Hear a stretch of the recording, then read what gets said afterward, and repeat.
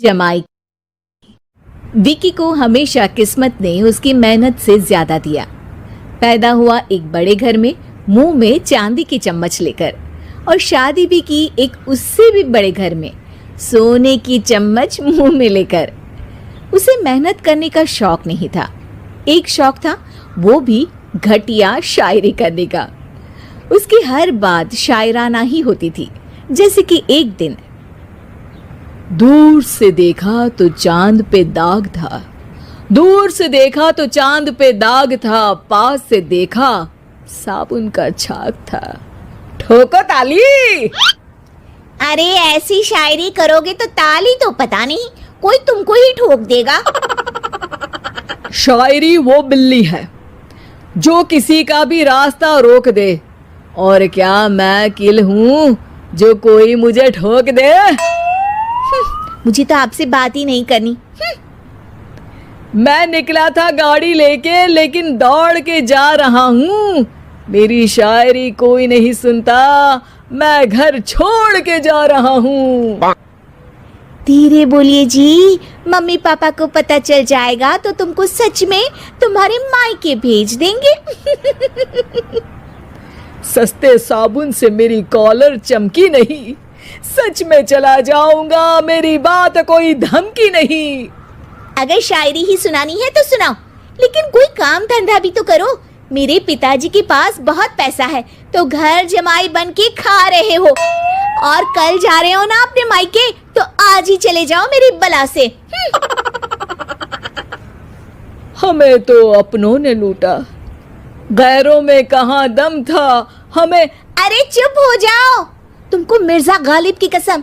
अरे जाना है तो जाओ, लेकिन पहले मेरे मम्मी पापा से मिलकर जाओ, वरना वो क्या सोचेंगे। लेकिन विकी अकेले ही अपनी कार लेकर अपने मायके यानी कि अपने खुद के घर पहुंच जाता है। अरे बेटा, तू अचानक, बहू कैसी है? अरे माँ, बहू तो बिल्कुल बदल गई है, मुर्गी हाथ से निकल गई है।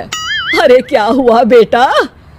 उसकी आती नहीं है, मेरी जाती नहीं है, मैं करता हूँ शायरी, उसे भाती नहीं है।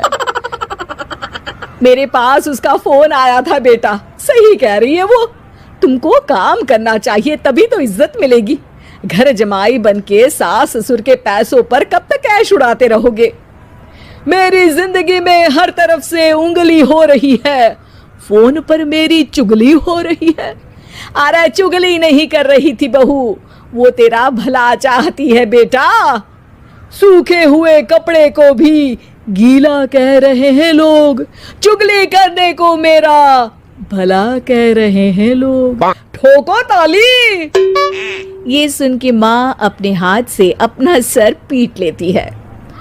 अरे माँ, ताली की जगह माथा क्यों ठोक रही हो? बेटा तू ना आराम कर, तेरे पिताजी भी आने वाले हैं, खाना लगा देती हूँ। विकी अपने घर भी दिन भर टीवी देखता है, तरह तरह का खाना खाता है, दोपहर तक सोता है, चाय पीता है, वीडियो गेम खेलता है, बस काम करने नहीं जाता। घर में नौकर चाकर है तो बिस्तर से हिलने तक की जरूरत नहीं पड़ती। कई बार तो विकी अपने नौकरों को बिठाकर शायरी सुनाता रहता। कब जाओगे बेटा? अरे कैसी बात कर रहे हैं डैडी, क्या आप मेरे फादर नहीं? आप मुझे भगाना चाहते हैं क्या? ये मेरा घर नहीं। अरे नहीं बेटा, तुम्हारा ही घर है, हम तो चाहते थे कि तुम यहीं रहो और मेरा काम आगे बढ़ाओ, लेकिन तुम ही चले गए घर जमाई बनने।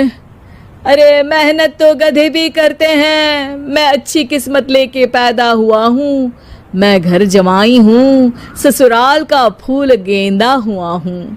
ठोको ताली। पिताजी और माँ सच में ताली बजा देते हैं। ऐसा पहली बार होता है जब विकी की शायरी पर किसी ने ताली बजाई हो।